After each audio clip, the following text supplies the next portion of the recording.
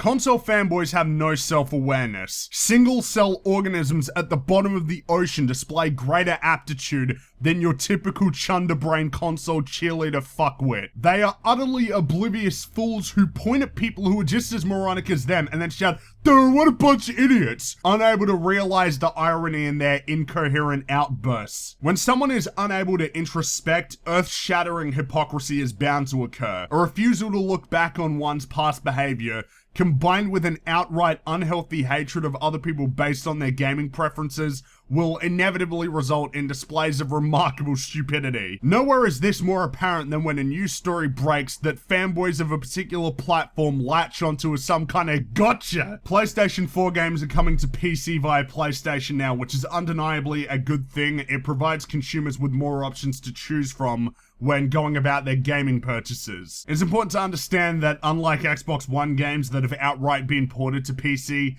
these games can only be accessed through a premium service and are only playable so long as you maintain that subscription and have a good enough internet speed. I don't really see this as PlayStation exclusive games becoming multi-platform titles, mainly because you can't buy and install the games onto your PC's hard drive or SSD. You're streaming them onto your PC. By that logic, PC games are also mobile games because you can stream them to an Nvidia Shield. Ignoring largely unimportant technicalities, if you consider PlayStation Now to offer good value and you have a high enough internet speed to support game streaming, as a PC gamer, you stand to gain quite a lot. You may not need to buy a PS4 in order to play certain PlayStation games you may be interested in, and regardless of platform, this is a good thing. That's what matters most. At least among rational people, that should be the most important part of the conversation, but rationality on the internet is rarer than a chrome-tinted rhinoceros. Xbox fanboys have been cheering in adulation over this news for all the wrong fucking reasons, because from their point of view, this announcement serves as a gotcha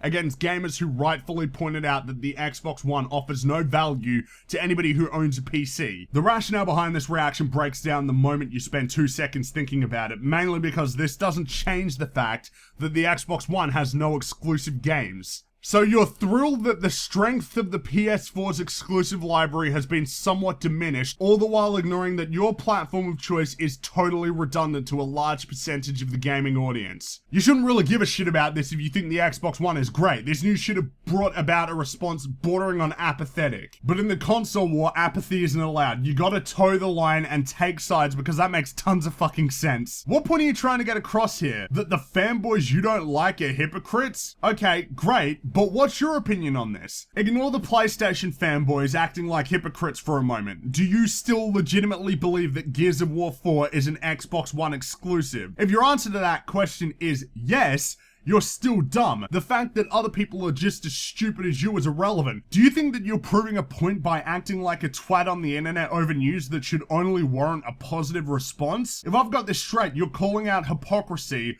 while failing to address the fact that your opinion is still wrong. You're mocking PlayStation fanboys for saying there are no Xbox One exclusives, which is true, and now they're apparently idiots for trying to rationalize that PS4 games on PC are still hard PlayStation exclusives. All the while, you were saying the exact same thing before. Either your opinion has changed and you should own up to the fact that your past opinions on what exclusive games are were inane, or you still think that multi-platform games are exclusive, which would mean you're still an oblivious fucking dipshit. Regardless of which way you cut it, the people proclaiming others to be hypocrites are very frequently hypocrites themselves. Case in point, Nintendo announces online for the Switch will cost money. They're stupid Nintendo fanboys, they're gonna have to pay for online, says the Xbox fanboy who's been paying for Xbox Live since 2005. Wow, Nintendo fanboys are gonna have to pay for online when they used to diss it, says the Sony fanboy who didn't say a goddamn thing when Sony started charging for online. The fact that so many people are just cool with being charged for the ability to connect your console to the internet baffles me. Don't say it's good just because the company you like is screwing you over.